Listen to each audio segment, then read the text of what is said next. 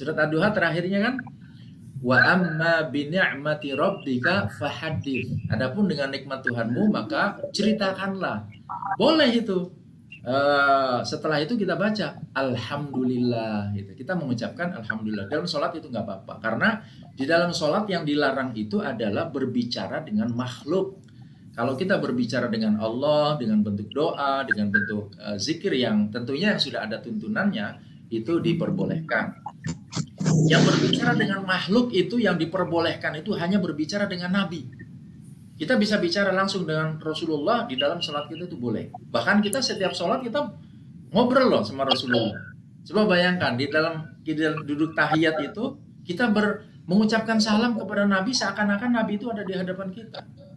Assalamu alaika, salam untukmu ayyuhan nabiyyu, wahai nabi. Jadi bukan assalamu alaihi gitu, bukan sallallahu alaihi wasallam saja, tetapi langsung kita bicara langsung dengan Nabi. Assalamu alaika. Kalau di dalam bahasa Arab ketika kita bilang alaika itu artinya kita berhadap-hadapan dengan lawan bicara kita.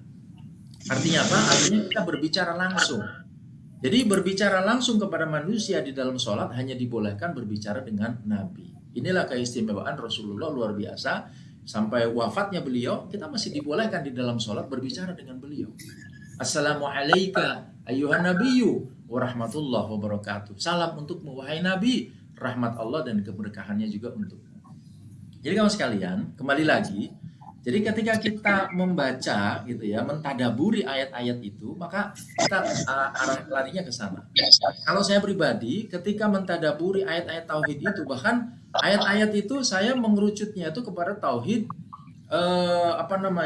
kepada tauhid rububiyah itu, kepada kekuasaan Allah yang maha kuasa itu yang luar biasa. Allah yang menciptakan, Allah yang menjadikan, Allah yang memberi rezeki, Allah yang bisa mencabut rezeki, Allah yang meluaskan, melapangkan rezeki, meringankan, memberi siksa, memberi nikmat dan sebagainya. Itu dalam konteks tauhid.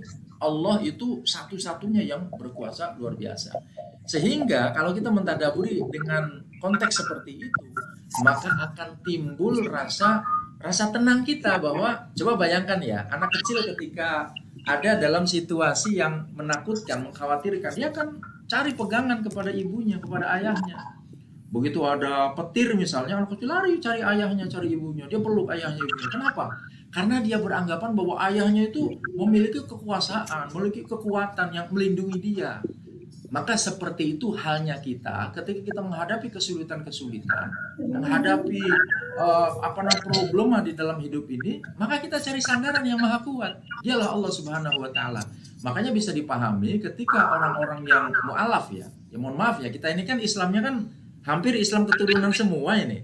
Kita lahir memang sudah Islam gitu. Artinya bukan dari keyakinan yang mendasari, yang menguatkan keyakinan kita, kemudian kita jadi Islam. Kita ini kan Islamnya keturunan, kemudian kita baru kemudian belajar kan gitu.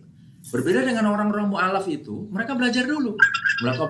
Dia kaji, dia pelajari, dia tadaburi Al-Qur'an, dia renungkan ayat-ayat Al-Qur'an itu sehingga kemudian dia keimanannya itu luar biasa. Dia membaca Al-Qur'an itu merasakan betapa tenang katanya. Sampai semalaman itu dia buka lembaran-lembaran Al-Qur'an itu luar biasa gitu. Karena apa? Karena tadi mentadaburi dalam konteks keimanan, yaitu bahwa Allah itu luar biasa yang melindungi dia, yang melindungi kita, mengasihi kita dan seterusnya. Oke, kita lanjutkan ya. Jadi dalam konteks itu kemudian surat Al-Insan ini awal penciptaan manusia, kemudian perjalanan manusia di tengah-tengahnya itu ada yang imma syakiron wa imma kafuron gitu kan, ada yang bersyukur dan kufur. Kemudian akhir perjalanan manusia yaitu dia akan mendapatkan konsekuensinya gitu. Yang bersyukur, yang kufur kemarin sudah dijelaskan, kita buka lagi nih.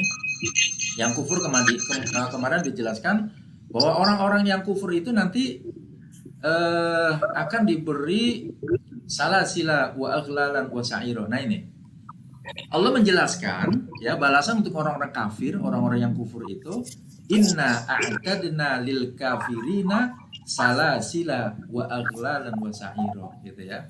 Bahwa kami sediakan untuk orang-orang kafir itu rantai untuk mengikat kaki mereka, Wa aghlalan, aghlal itu belenggu, jadi rantai yang diikatkan ke leher mereka sehingga membelenggu mereka.